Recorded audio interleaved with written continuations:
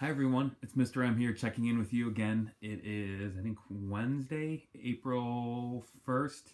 Uh, Happy April Fool's Day. I hope all of you are well. I miss you. I know it'll be a few more weeks till hopefully we're back in school, but I just want to let you know that I'm thinking about you and I miss the classroom. I miss interacting with you all and just seeing all of your faces. So I'm thinking about you always, and I hope all of you are safe and sound with you and your loved ones. I wanted to post this video today to talk a little bit about the Cold War, our next kind of unit of study for the next few weeks here. So, getting right into things, the Cold War was a state of political and military tension.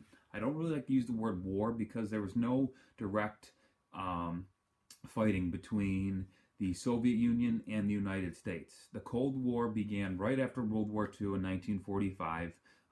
It was, like I said, it was between the United States and its capitalist allies like Great Britain and France. And then on the other hand, you had the Soviet Union and the Eastern Bloc along with their communist allies.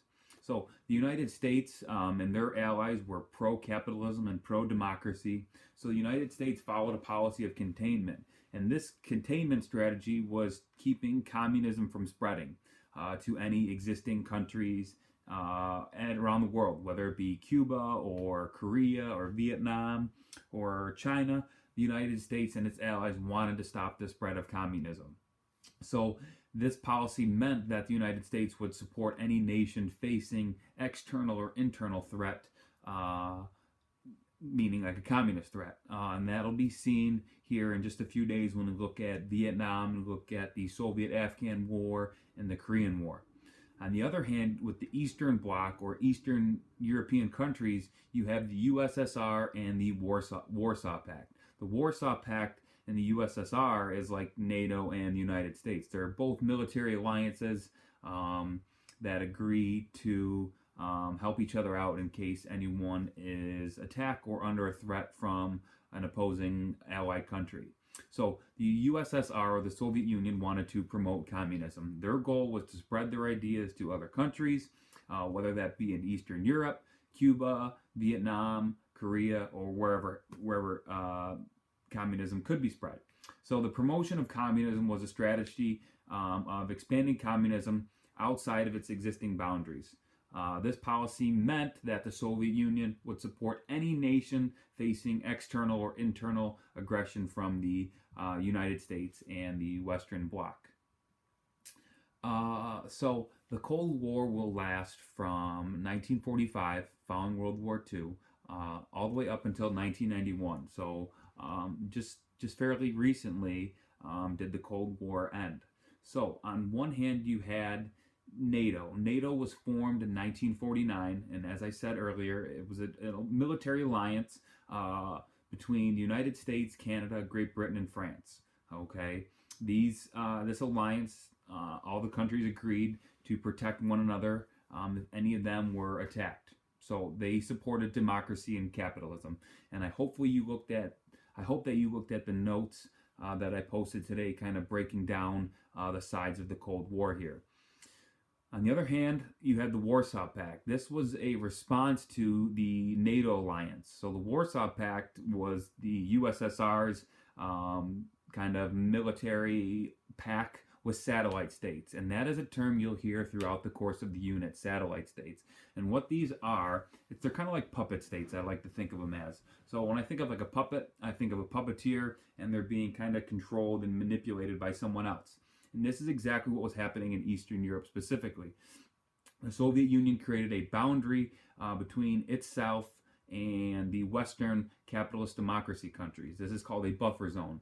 And so basically, these satellite states were independent, but they were under heavy influence politically, economically, and militarily by the Soviet Union. And then, last but not least, you have non-aligned countries. And what these countries were is independent countries that were formed around 1955, and they basically wanted nothing to do with the Cold War. They didn't want to pick a side. They weren't pro NATO or they weren't pro Warsaw Pact or anything like that. They didn't want to get caught up in the affairs of others.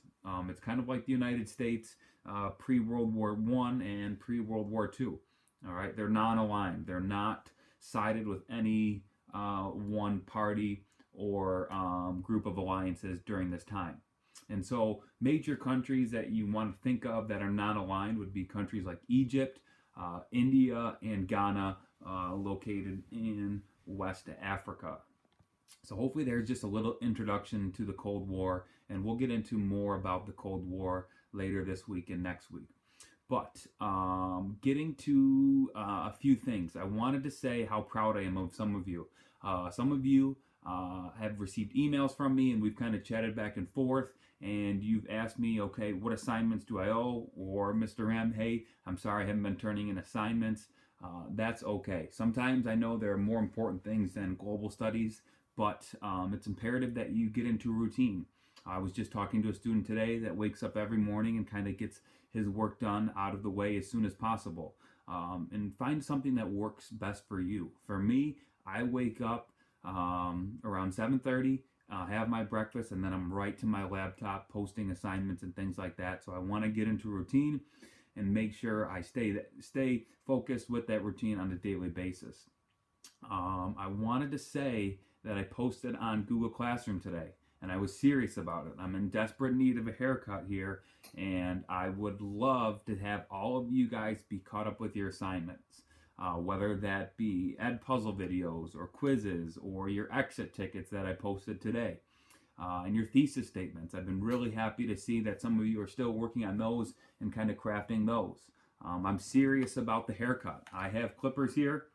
All right, this will be our little bet. I promise you that I'm a man of my word, and if assignments are turned in and completed, I will post a video of me shaving my head. So far, it looks like a majority of you have turned in your Edpuzzle, which is great. The Edpuzzle video is on Google Classroom. It's a 7-minute long video where it's basically an introduction video to the Cold War, kind of like the things I just went over, and then there are questions that are multiple choice that will pop up throughout the course of the video, just to make sure you know what's going on throughout the course of the video. The other day, I posted a set of notes that basically outlined the Cold War and the sides and things like that, the political and economic ideologies of the United States and the Soviet Union. And I posted a quizzes that is due, I believe, tomorrow at midnight. So far, 29 students have completed this out of a possible 45 that are in our Google Classroom page with an 81% accuracy, which is awesome to see. Remember, with this quizzes video, you can have multiple attempts at it. So if you weren't happy with your first score, you can always take it again. For example, Connor Utag, I see, has taken it twice. Maya has taken it twice. Micaiah Burns has taken it twice. So kudos to you. Shout out to all of you who are taking this again and kind of perfecting your craft. I'm kind of easing off with the large chunks of work. I hope you find that well. I'm kind of just giving you short little spurts of work, whether it be the quizzes or an Edpuzzle video or just the exit ticket on Google Forms that I posted today. They're just supposed to be quick hitting things that will accomplish a lot going forward, and to just kind of keep you alert and kind of knowing what's been going on with our unit. So tomorrow we'll do a little bit of geography work, figuring out which countries were communist, which countries were capitalist, whether they were supported by the United States or the USSR.